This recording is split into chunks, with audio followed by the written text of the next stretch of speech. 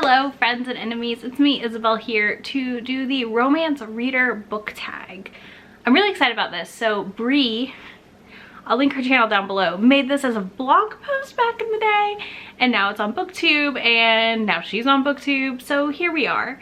I saw this tag, I don't know, I didn't check before I filmed this, so I've done it before, but I figured I would do it again because the channel shifted some since then and I feel like I can pretty well answer a lot of these questions. So let's do this. Okay, so my first foray into romance would have been the Sherilyn Kenyon's Dark Hunters. Why did I want to call them? They're not Nalani Singh. The Dark Hunter books. I read Fantasy Lover and I think like I've gotten to like book 8 or 9 and I honestly am just gonna go read Acheron and then be done forever because I don't care anymore. They were really fun and I actually have met Sherilyn Kenyon and I got, ooh, if I can see it, it's somewhere in my shelves. So I actually like a couple years ago met Sherilyn Kenyon at my local book festival before drama happened and I got this, which I haven't even read yet, signed because she was one of my firsts and I think it's really fun to have a book by your first signed. And then I read these books by Megan Howell called The King's Property and they're an orc human romance trilogy. I read all of these also and then quickly moved on to the Fever series by Karen Marie Moning. I've not finished that series either. I have a problem with finishing things though. That's like a known fact. But yeah, so I read that and I was actually really excited to meet her at Book Bonanza, but I didn't get to. The other one I read a bunch of then was like Janine Frost. So kind of something cool is my mom did and does read romance now. And she read one of the first romance ever, The Flame and the Flower, back when it came out, and she was a teenager. So I just think that's really fun and she has a copy, but she won't give it to me because she's mean.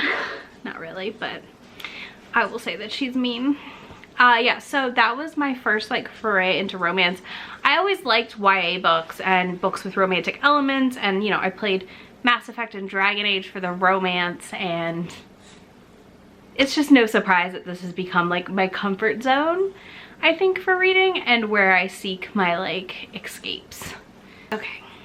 If you could be the heroine in a romance novel, who would be the author and what's one trope you'd insist be in the story? I think this is really hard. So if we're going contemporary, I think I'm picking Alyssa Cole or Talia Hibbert. And if I'm doing historical, it's 100% Sarah McLean. So there's that. And I think, what is my trope? I think I'd want the one bed trope. Like there's only one bed either way. I don't care if it's historical or contemporary, but I want there to be only one bed. And he definitely has to be like kind of an alpha hole hero that's also a cinnamon roll. That's what I want. Ooh. Okay, question number 3 is what's a romance you've read this year and want more people to read? Ooh, that's hard. Okay, hold on. I gotta go look at my list. I'll be right back. This is so hard when you've read like 200 books in a year, guys. So hard to answer. I'm gonna go with the first book I read this year actually because I don't think I've heard a lot of people talk about it and it was a novella and it's called Take a Chance on Me by Salika Snyder. It has a new cover and a new illustrated cover that I love so much and I think that a lot of people would really enjoy this novella. If you haven't checked it out yet, you really should. Like, you really should. Also, the irony that it's the first book I read this year and I won't shut up about it. Question number 4 is what is your favorite romance subgenre and what subgenre have you not read that much from? This is hard because I feel like I read pretty much all the genres. that's not a subgenre though. So I think I read the most contemporary and historical romances, like those are my like main subgenres, and then I would say my least read right now is paranormal, which sucks because honestly like I loved paranormal back in 2007. Would that have been 2007? I think so. 2008, no, it would have been 2008, 2009. it was somewhere in there that I started reading romance. So yeah, I loved those back then, and I wish I would read more of them now. So I'm gonna try in 2020. Oh my god, it's almost 2020. But yeah, that's beyond the point. So I'm gonna try to read more of that in the coming years for sure. Also, my other least read would be dark romance. I have to be in like just the right mood to read those, and honestly, it's not a mood that strikes often. Question number 5 is, who is one of your auto-buy romance authors? Yeah, my 3 auto-buys are definitely Alyssa Cole, Talia Hibbert, and Sarah McLean. Oh, and Tessa Dare usually. I have not read her newest release still. I don't know why, I just haven't been in the mood for it. Question number 6 is, how do you usually find your romance recommendations? I rely on Twitter a lot, and I rely on like Jen Prokop and my Reading Romance Sparks Joy group that I help moderate, admin, whatever, run. I'm one of the founders of that, I guess.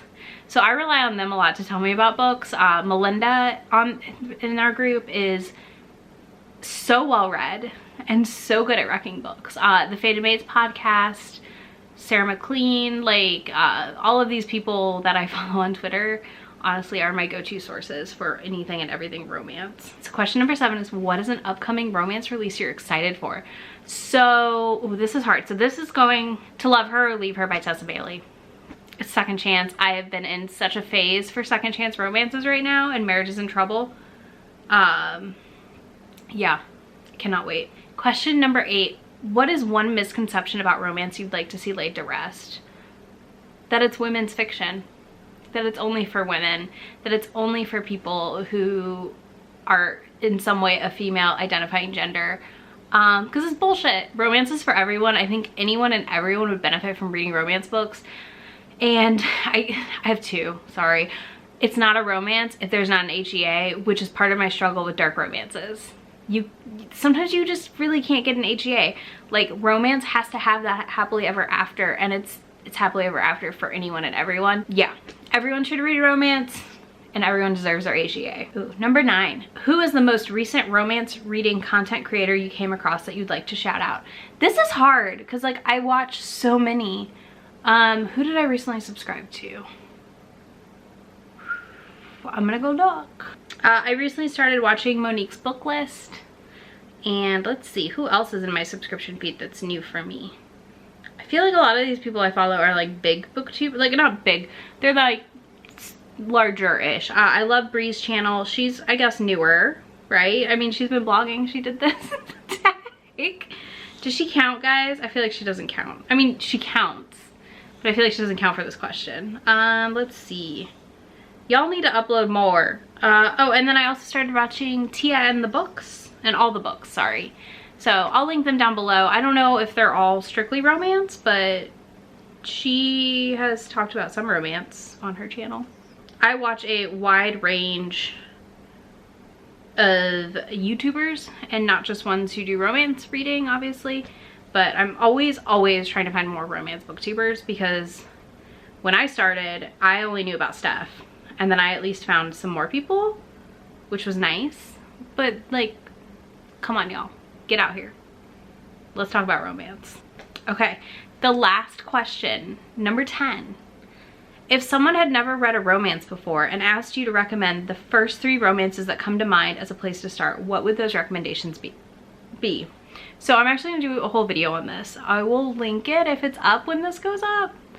I don't know yet. So I think there's some questions I have to ask, right? Do you want low smut? Like, do you not want a lot of sex on the page? If so, I think that some of the newer Christina Lawrence could be okay. I think that, yeah, so the newer Christina Lawrence could work. They're a lot lower steam levels than their old stuff. If you're looking for something steamier, I would recommend things like Sarah McLean for historical. I would recommend Talia Hibbert or Alyssa Cole if you want to read a historical and a contemporary by the same author, and then Talia Hibbert for anything contemporary. I love her. I just, like, I am a Talia Hibbert stan, I am a Sarah McLean stan, and I am a Alyssa Cole stan. It is what it is. Y'all should be used to this by now. I don't know. But yeah, I'll link to that video that I'm gonna do down below in the comments, and you can go check out the full list of my beginner romance racks. Okay, so I think that's it. I think I did the whole tag, so thank you so much for watching.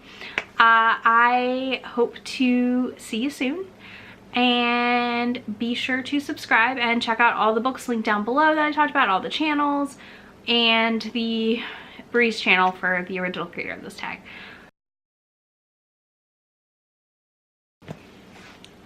Whoa, oh boy, can I do this? Maybe I can't. How do y'all do this? Oh my gosh, am I just a big dumb? Oh, I gotta put down the hardcovers because you're gonna see books that are not in this video. Or are they?